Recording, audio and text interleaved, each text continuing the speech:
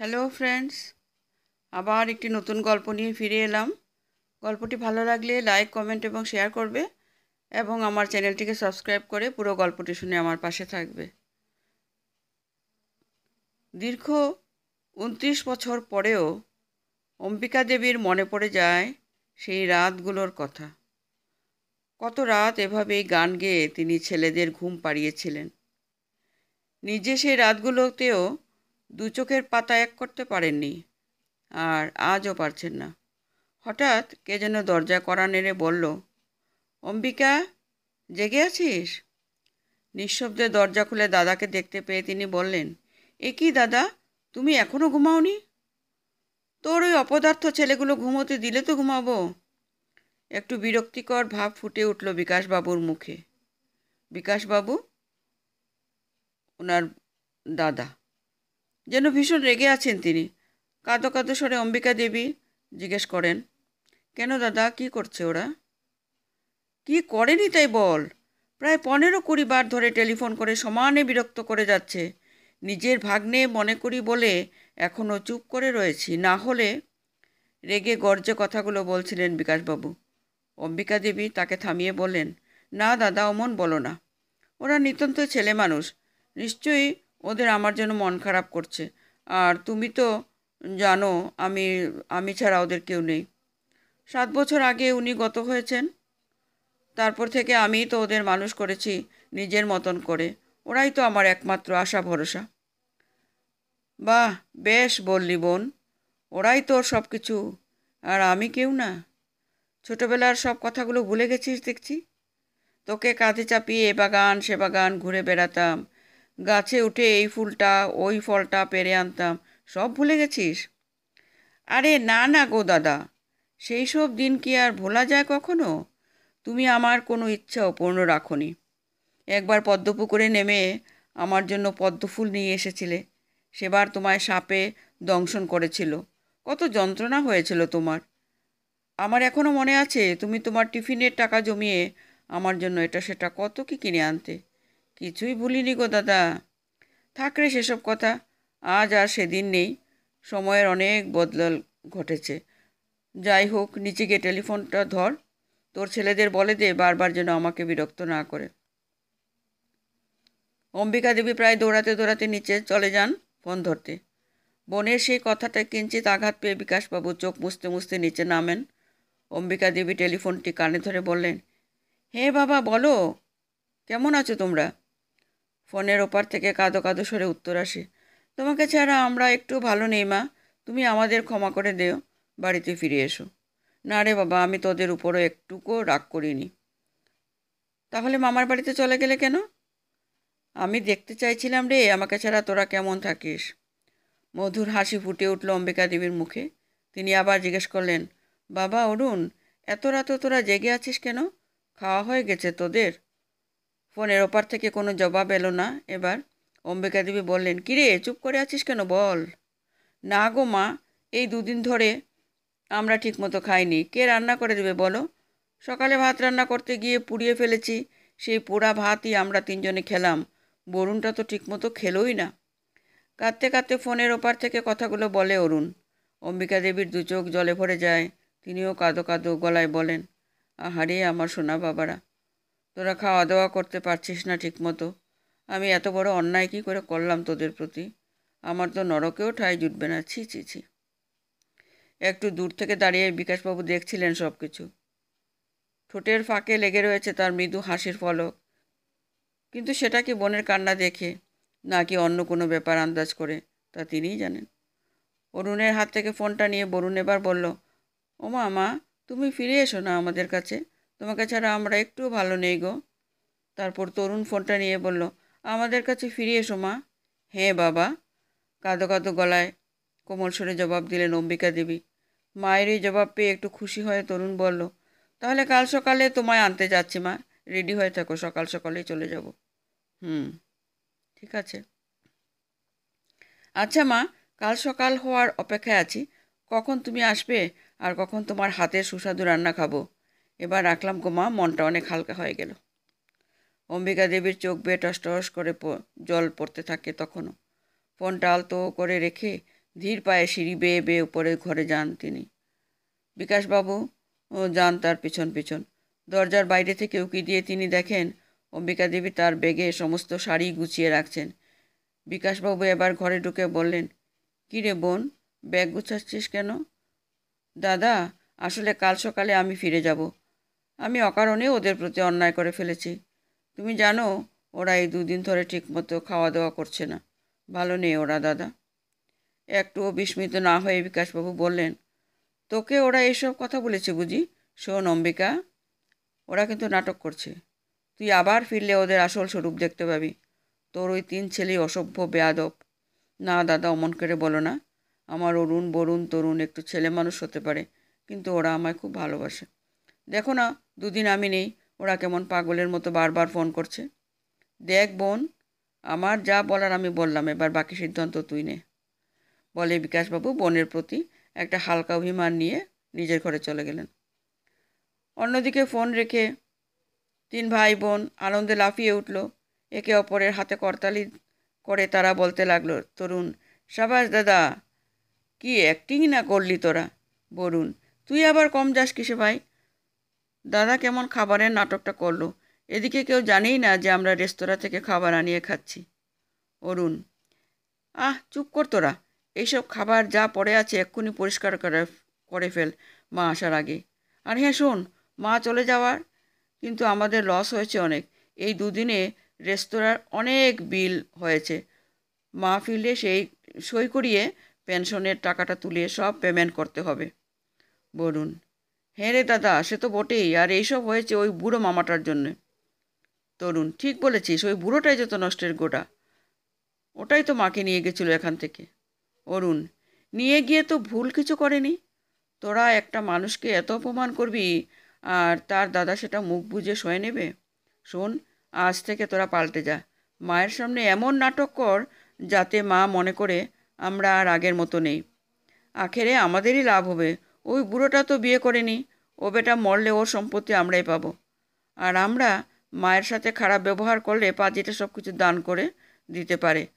তাই আজকের পর থেকে দুজনকে একটু তোষামোদ করে চলতে হবে আমাদের।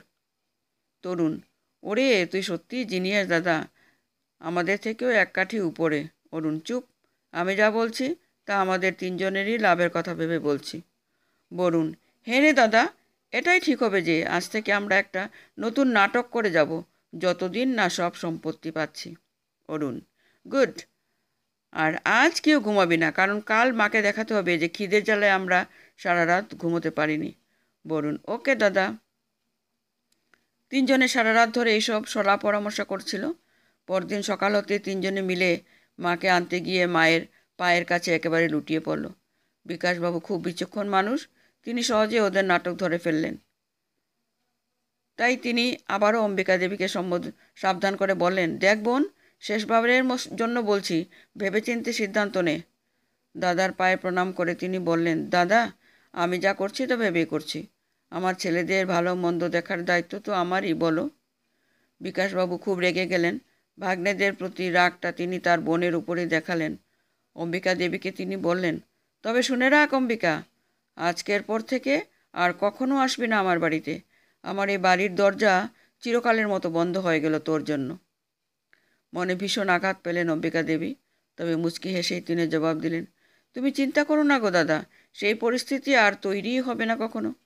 আমার অরুণ, বরুণ, তরুণ, ওদের ভুল বুঝতে পেরেছ। ওরা ওরা আর কখনো ওদের মাকে অসম্মান করবে না। তুমি ভালো থেকো দাদা। ওদের নিজেদের ভুল ওরা ঠিকই বুঝতে পেরেছে। এরপর অম্বিকা দেবী তার ছেলেদের সঙ্গে চলে গেলেন সেখান থেকে। অরুণ, বরুণ আর তরুণ তাদের নতুন নাটক চালিয়ে যেতে থাকলো। তারা যে তাদের মামার সম্পত্তি থেকে বঞ্চিত হলো, এই কারণে এই কিঞ্চিত হতাশ হয়েছিল তারা। তবে মায়ের ভাগের সব কিছু যে পাবে সে বিষয়ে তারা নিশ্চিত ছিল। অম্বিকা দেবীর সম্পত্তি কিছু কম ছিল না। পরপর 7 বছর ধরে এই নাটকে চলতে থাকলো অরুণ, বরুণ, তরুণ। 3জনেরই বিয়ে হয়ে গেছে। তরুণের বিয়ের কিছু মাস পর থেকেই 3 বউয়ের মধ্যে খুব অশান্তি হতো। তাদের একটাই দাবি যে সম্পত্তি ভাগাভাগি করে সংসার আলাদা করতে হবে। এই নিয়ে দিনের পর দিন ঝগড়াঝাটি লেগেই থাকতো। মাঝে মাঝে ভাইদের মধ্যেও হাতাহাতি হতো। বাধ্য হয়ে অম্বিকা দেবী সম্পত্তির ভাগ করলেন, এমনকি নিজের ভাগের কিছু না রেখে সব কিছু ছেলে বউদের দিয়ে দিলেন। সরল অম্বিকা দেবী বুঝতেই পারেননি যে এটা পুরোটাই তার 3 ছেলের পরিকল্পনা। সম্পত্তি ভাগ করার জন্য তারাই এই নাটক করে গেছে। অম্বিকা দেবী কার ভাগে থাকবে এ নিয়ে কথা তোলে অরুণ। তরুণ বলল, আমার তো নতুন চাকরি, তার মধ্যে বিয়েতে অনেকের কাছে ধার দেনা হয়ে গেছে আমার। বরুণ বলল, আমার আগের কাজটা থাকলে মাকে আমিই রাখতাম, কিন্তু এখন তো।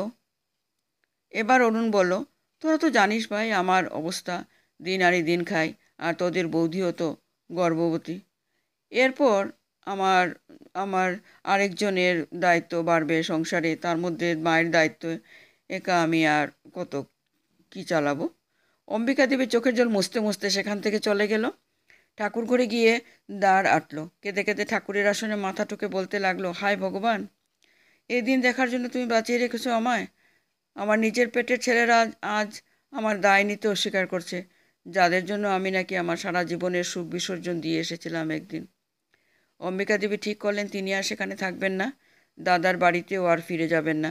নিয়তি তাকে যে পথে নিয়ে যাবে সেই পথেই উদ্দেশ্যে তিনি যাবেন বলে মনস্থির করলেন। রাত্রে সবাই যখন ঘুমিয়ে পড়েছে তখন তিনি একটি সাদা কাগজ নিয়ে অন্তরে জমে থাকা কিছু কথা লিখলেন। তোদের আমার দায়িত্ব নিতে হবে না রে বাবা, তোরা তোদের ভালো মন্দ নিয়েই সুখে থাক। যখন তোদের দরকার ছিল ডেকেছিলিস তখন আমায়, এখন তোদের সব হয়েছে তাই বাড়তি করেছিস আমায়। সে যাই হোক না কেন বাবা, তোরা তোদের বউ বাচ্চা নিয়ে সুখে থাক, আমি তোদের আমার দায়িত্ব নেওয়া থেকে মুক্ত করে দিলাম। কাগজখানি বালিশের নিচে রেখে অম্বিকা দেবী অজানা নিয়তির উদ্দেশ্যে রওনা দিলেন। বেরোতে গিয়ে অন্ধকারে কিছুতে একটা হোঁচট খেয়ে পড়ে যান তিনি। দেখতে পেলেন খাটের নিচে ধুলোমাখা সেই বাক্সটা। সেটা খুলতেই মনে পড়ে যায় তার দীর্ঘ জীবনের সমস্ত কথা। মনে পড়ে যায় বিয়ের কথা, স্বামীর কথা, প্রথম সন্তান হওয়ার আনন্দ। এইসব আরও কত কি মনে মনে ভাবতে থাকেন তিনি। সেই 22 বৎসর বয়সে স্বামীর হাত ধরে প্রথম এই বাড়ির চৌকাঠে পা রেখেছি। আজ 3 কুড়ি পেরিয়ে গেল, সেই চৌকাঠ ডিঙিয়েই আমায় চলে যেতে হচ্ছে। কিছুক্ষণ স্মৃতিগুলো আঁকড়ে থাকার পর সেগুলোকে আবার বাক্স চাপা দিয়ে তিনি বেরিয়ে পড়লেন এক কাপড়ে। চলতে চলতে কোনো এক অদৃশ্য বাঁধন যেন বারংবার তার পথ রুদ্ধ করে চলেছে, যেতে বাধা দান করছে। অম্বিকা দেবী তবুও সেই বাঁধনকে উপেক্ষা করে ধীর পায়ে চলতে থাকলেন। চারিপাশ যেন অমাবস্যার অন্ধকারে আচ্ছন্ন হয়ে রয়েছে, আর তিনি সেই অন্ধকারের পথে ধেয়ে চলেছেন। হঠাৎই একটা শক্ত কিছুতে হোঁচট খেয়ে তিনি পড়ে গেলেন এবং অনেক চেষ্টা করে উঠে দাঁড়াতে পারলেন না। পরদিন সকালে অম্বিকা দেবী চোখ খুলে দেখলেন তার ছোট ছেলে তরুণের বয়সী এক যুবকের কোলে মাথা রেখে তিনি শুয়ে আছেন। মৃদু শব্দে জিজ্ঞেস করলেন, কে বাবা তুমি? যুবকটি কাঁদো কাঁদো গলায় বলল, এক মায়ের হতভাগ্য ছেলে আমি মা। আমার মা আমাকে ছেড়ে সেখানে চলে গেছে যেখানে আমার মতো পাপীদের স্থান মেলে না। নিশ্চয়ই এ আমার কোনো জন্মের পাপের ফল। এই তোমার মতোই বয়সেরই ছিল আমার মা, তাই তো তোমাকে দেখে মাতৃপ্রেমের সুখ অনুভব করলাম মা। তোমার কি হয়েছিল? এখানে এভাবে পড়ে আছো কেন? অম্বিকা দেবী নিশ্চুপ হয়ে যুবকটির মুখের দিকে চেয়ে রইলেন আর মনে মনে বলতে লাগলেন, হায় ঈশ্বর, এ তোমার কেমন বিচার! দাঁত থাকতে দাঁতের মর্ম যে বোঝে, তুমি তার থেকে সেটাই ছিনিয়ে নিলে। মনে মনেই তিনি ভাবতে লাগলেন, এই অচেনা যুবকটির সাথে তার কোনো রক্তের সম্পর্ক নেই, তবুও সে কেমন তাকে এক নিমেষে আপন করে নিয়েছে, আর যাদের সাথে তার রক্তের সম্পর্ক তারাই পর করে তাকে দূরে ঠেলে দিয়েছে। অম্বিকা দেবীর কোনো উত্তর না পেয়ে যুবকটি বলল, কোথায় বাড়ি তোমার মা? আমায় বলো, আমি তোমায় পৌঁছে দেব। অম্বিকা দেবী ধীরে ধীরে উঠে বসল এবং বলল, জানিস বাবা, একসময় আমার বাড়ি ছিল, পরিজনও ছিল, কিন্তু আজ বাড়ি বলে বস্তুটা আমার কাছে সত্যি অচেনা হয়ে উঠেছে। আমি ঠিকানাহীন এক অসহায় বৃদ্ধা। আমার পরিজনদের নয়নের কাঁটা আমি, তাই নিজে থেকেই সরে দাঁড়িয়েছে ওদের পথ থেকে। অম্বিকা দেবীর কথাগুলো এমন শোনালো যেন সমগ্র জগতের বেদনার তিনি একাই অংশীদার। যুবকটি বলল, অম্বিকা দেবীর মনের বেদনা বুঝল, অম্বিকা দেবীর মনের বেদনা। একটা মানুষ কতটা আঘাত পেলে এইরূপ কথা বলতে পারে। যুবকটি তখন কাঁদো কাঁদো গলাতেই বলল, কে বলেছে তোমার বাড়ি নেই? চলো মা, আজ থেকে আমার ঠিকানাই হলো তোমার ঠিকানা। আমার সাথে আমার বাড়ি চলো মা। অম্বিকা দেবীর কোমল হাত দুটো ধরে যুবকটি তার বাড়িতে নিয়ে যায়। অম্বিকা দেবীর চোখ দুটো জলে ঝাপসা হয়ে গেল। তিনি বললেন, তুই আমারই ছেলে বাবা। তোর এই অসাধারণ মাতৃপ্রেমের স্বরূপ যেন বিশ্বের সমস্ত সন্তানের মনে জাগ্রত হোক, এই আশীর্বাদ করলাম তোকে। আজ থেকে তোকে আমি অক্ষয় বলে ডাকব। বেশ মা, তোমার যেটা ইচ্ছে। কতদিন কত রাত যে ঘুম হয়নি আমার, আজ তুমি আমাকে একটু ঘুম পাড়িয়ে দাও মা। আয় বাবা, আমার কোলে মাথা রেখে চুপটি করে শুয়ে পড়তো দেখি। বলেই অম্বিকা দেবী গান শুরু করলো। খোকা ঘুমালো, পাড়া জোড়ালো, বর্গি এলো দেশে। আজকের গল্পটি এখানে শেষ করছি। নমস্কার।